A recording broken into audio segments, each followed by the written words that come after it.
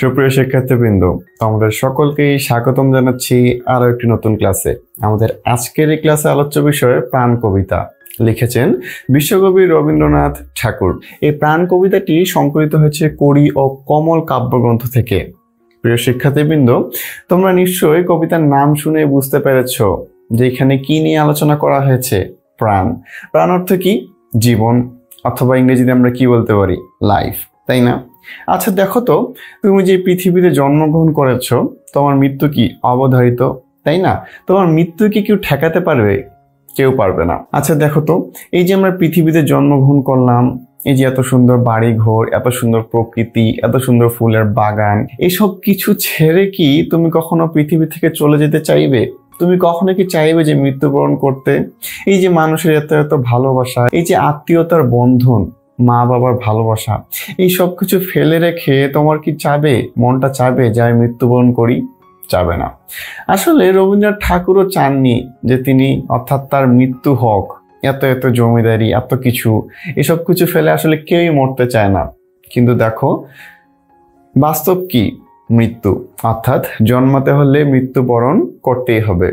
তবুও কবির মন মানতেছে না যে না, আমি তো মরবো না, আমি বেঁচে থাকতে চাই। কিভাবে বেঁচে থাকবেন? আচ্ছা, কবি ভাবলেন এই যে মানুষের জীবনে এত সুখ দুঃখ, এই সব কিছু নিয়ে কবি যদি অমর কিছু রচনা করতে পারেন, তবেই কি কবি মানুষের মাঝে বেঁচে থাকতে পারবেন। একবার ভেবে দেখো তো, কবি মৃত্যুবরণ করেছেন সে কত বছর আগে। এখনো কি আমরা তার সেই কবিতা, তার লেখা উপন্যাস, তার লেখা গান পড়তেছি না? এত যুগ পরেও তার লেখাগুলো কি আমরা পড়তেছি, চর্চা করতেছি কিনা? দেখো তো, কবি মৃত্যুর পরও কবি আমাদের মধ্যে বেঁচে আছেন কিনা। আচ্ছা, তাহলে এই ছিল প্রাণ কবিতার মেইনলি আর কি মূল ভাব। অর্থাৎ এই যে দেশের যে প্রাকৃতিক সৌন্দর্য, এইগুলো কবি যেভাবে তুলে ধরেছেন, অর্থাৎ কবি কি বলেছেন যে এত এত সৌন্দর্য রেখে কবি মরতে চান না। তাহলে এখানে কবি কি ফুটিয়ে তুলেছেন? সৌন্দর্য প্রকৃতির। এবং অপরদিকে কবি কি ফুটিয়ে তুলেছেন যে তিনি কিভাবে অমর হয়ে থাকবেন। অর্থাৎ তিনি অমর কিছু সাহিত্য রচনা করার মাধ্যমে মানুষের মাঝে অমর হয়ে থাকতে চেয়েছেন। আশা করি তোমরা এই যে কবিতার মূল ভাব একটু হলেও ধরতে পেরেছ।